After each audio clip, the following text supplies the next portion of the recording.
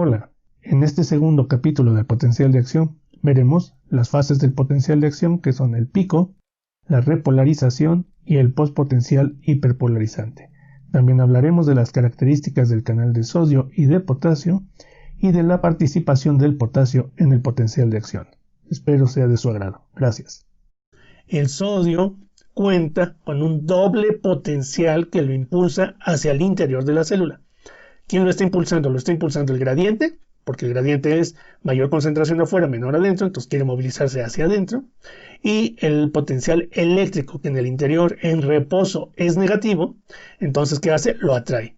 Entonces, con esa doble fuerza, voy a observar una entrada muy importante hacia el interior de la célula.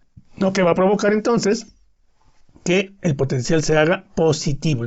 Va a variar de menos 70 hasta el valor umbral, que en este caso es menos 50, y rápidamente vamos a ver la despolarización hasta más 30. Y lo que es muy importante, cada vez que entra sodio, ¿qué está pasando con el gradiente? En la medida que va entrando sodio, el gradiente se va igualando.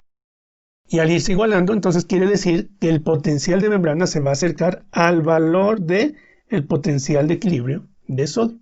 Pero resulta que el potencial de equilibrio de sodio está a un valor, por ejemplo, de más 40. Y vamos a observar que no alcanza ese valor. Trata de llegar al potencial de equilibrio del sodio, pero no alcanza ese valor. Entonces la pregunta es ¿por qué? ¿Por qué no logra llegar al potencial de equilibrio? Aunque se queda una diferencia muy pequeñita, ¿no? O sea, no se queda lejos, se queda muy cerquita del valor de potencial de equilibrio. ¿Por qué no logra llegar al potencial de equilibrio? Porque este canal tiene un comportamiento muy particular. Esto que está aquí en medio es el poro del canal. Este es el canal de sodio. Entonces, todo esto corresponde a el poro. Y aquí nos dice que el canal está abierto, entonces se puede mover el sodio por aquí. Sin embargo, en la parte intracelular tengo esta compuerta o esta parte de la proteína que le vamos a llamar compuerta. Cuando el interior de la célula se hace muy positivo, esta compuerta lo que va a hacer es que se va a mover. Y se va a mover para tratar de tapar el poro. Entonces a eso se le denomina inactivación. El canal de sodio tiene una conducta en la que a potenciales de membrana positivos, el canal de sodio se inactiva. ¿Y qué trascendencia tiene de que esté inactivado el canal de sodio? Pues que no deja pasar el ion. Van a decir, entonces está cerrado. Para fines prácticos no deja pasar los iones, pero desde el punto de vista de cómo funciona el canal no se le llama cerrado. ¿Cuál es la diferencia entre que esté cerrado, que es esto de aquí, y que esté inactivado, que es esto de acá? En los dos casos no deja pasar los iones, el ion de sodio. Sin embargo, si está cerrado y lo estimulo, se va a abrir. Entonces vamos a ver que de no dejar pasar el sodio va a cambiar entonces a estar abierto y ya puede pasar el sodio. Pero de estar inactivado, o sea, cuando esta compuerta está aquí tapando, está taponeando, si yo lo estimulo, no pasa nada. Es decir, no responde. Entonces permanece sin conductancia al sodio, es decir, permanece sin permitir el paso del sodio. Esa es la gran diferencia. Entonces, si observamos cómo se comporta el canal de sodio, vamos a ver que en el reposo, por ejemplo, a menos 70 mV, se encuentra cerrado y por lo tanto no va a conducir cargas. Posteriormente, en el valor umbral, vamos a ver que es el valor al cual se abre, valor de activación del canal de sodio, y abrimos la mayoría de los canales. Una vez que está abierto y empieza a entrar sodio al interior de la célula, se empieza a hacer el potencial positivo, por ejemplo aquí, menos 30 mV, y a la medida que se aumenta la positividad intracelular, el canal empieza a inactivarse. Una vez que se inactiva el canal a valores positivos, menos 30, 40, 0, más 10, más 20, no va a haber paso de los iones.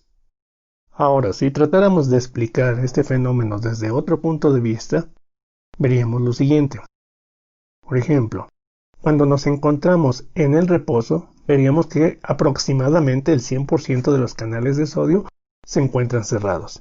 Sin embargo, En el potencial de activación, en este ejemplo menos 50, tendríamos prácticamente el 100% de los canales abiertos. En la medida que empieza a hacerse positivo, van disminuyendo el porcentaje de canales abiertos y empezamos a tener un porcentaje de canales inactivados, en este caso 10%. Seguiríamos a valores menos negativos, veríamos menos canales abiertos, más canales inactivados, hasta que en un valor positivo, por ejemplo, en este caso de más 30, veríamos que prácticamente no tendríamos ningún canal de sodio abierto y que prácticamente todos los canales se encuentran inactivados. ¿Qué nos está mostrando esto? Que en la medida que se va haciendo más positivo el potencial de membrana, vamos teniendo menos canales abiertos, pero también en la medida que va haciéndose más positivo, tenemos más canales inactivados. ¿Cuál es el resultado de estos dos fenómenos? Que cuanto más positivo es el potencial de membrana, menos sodio entra a la célula, independientemente de que aún exista un gradiente de concentración que lo impulse hacia el interior. Regresando a la conducta del potencial de acción, cuando el potencial de acción se mueve hacia valores positivos, el canal de sodio se va a inactivar. Y mientras más positivo sea el potencial, más se inactiva el canal. Entonces, si tratamos de ver aquí por qué no alcanza el equilibrio el sodio, porque antes de que alcance el equilibrio, se inactivan todos los canales de sodio. Y al inactivarse todos los canales de sodio, a pesar de que existe aún un poco de gradiente, ya no puede pasar el sodio.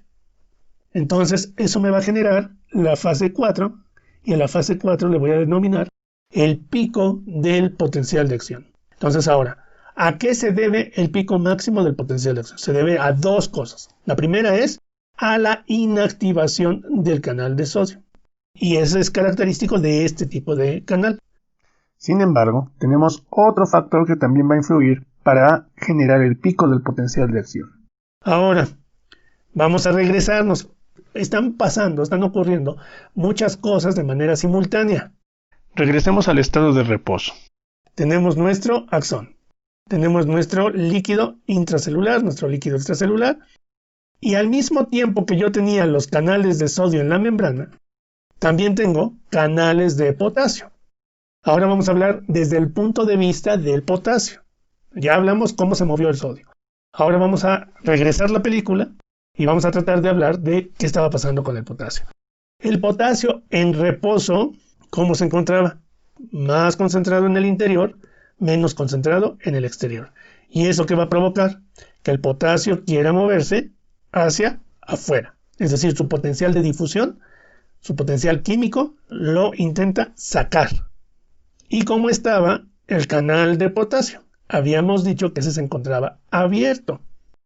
Entonces tenemos que hacer una consideración. Si estamos diciendo que el canal de potasio está abierto en reposo y que ante la estimulación los canales de sodio se van a abrir, y considerando que tanto el sodio como el potasio son cationes, querría decir que entraría sodio al interior del axón y saldría potasio de este.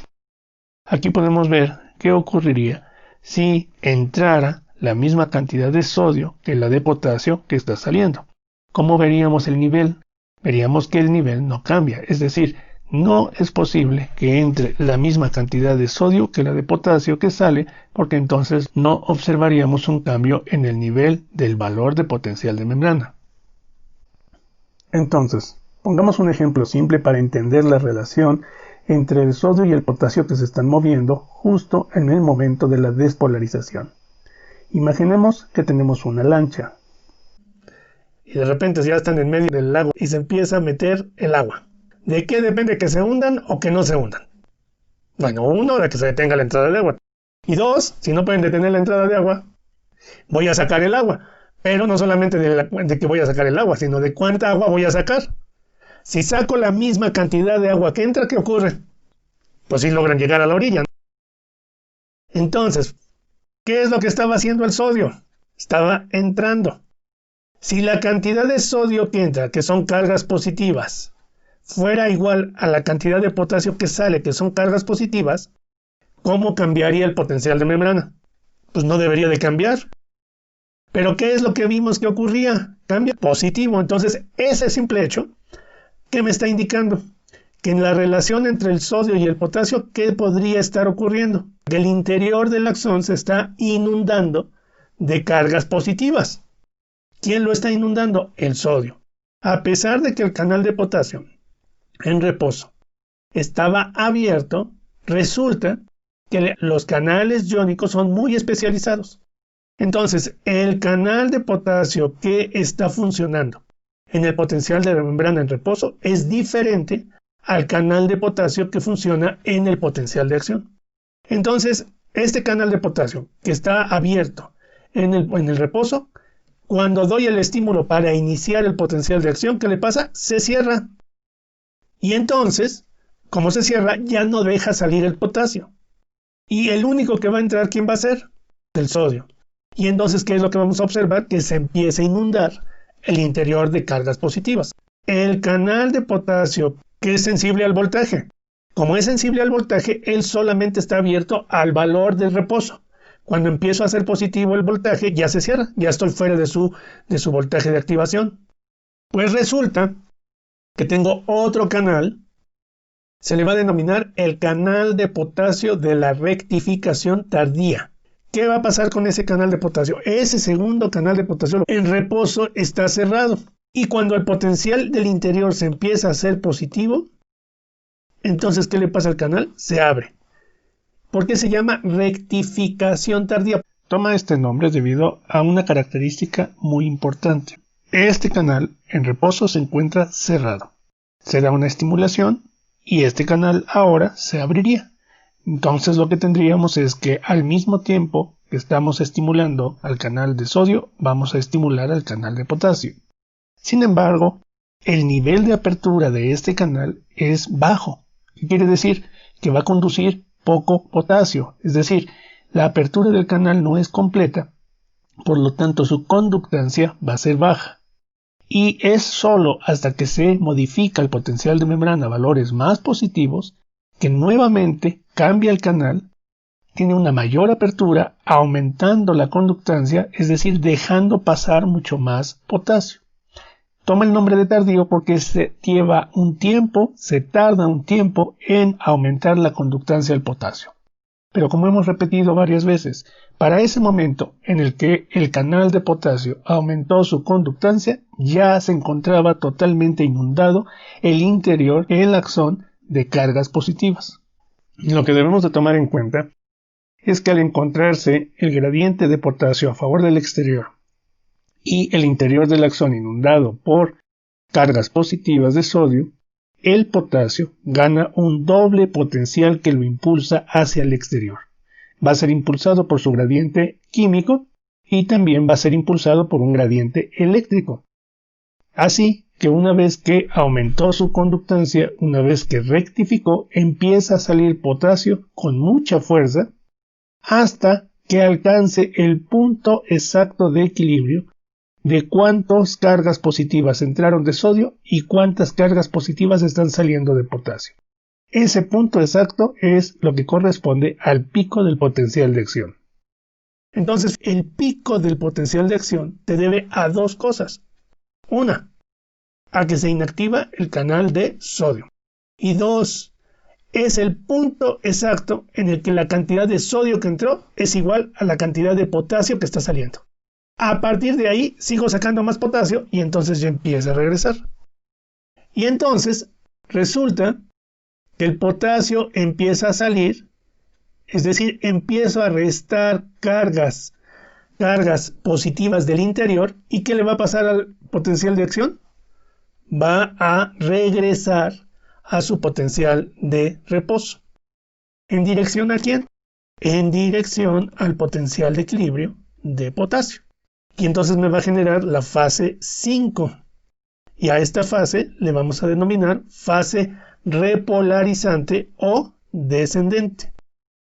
Ahora, pero resulta que el potencial de equilibrio, por eso lo estoy dibujando aquí, el potencial de equilibrio de potasio está más negativo que el potencial de reposo. que está aquí. Y entonces me va a generar otra fase, se va a pasar y me genera otra fase. Y esto sería la fase número 6. Y a esta fase le vamos a denominar el postpotencial hiperpolarizante. ¿Por qué se produce el postpotencial hiperpolarizante? Porque el potasio no tiene inactivación. Entonces el potasio sí alcanza su potencial de equilibrio y genera entonces esta fase. Pero el potencial nuevamente tiene que volver a regresar y finalmente, ¿qué ocurre con el potencial? Regresa al reposo.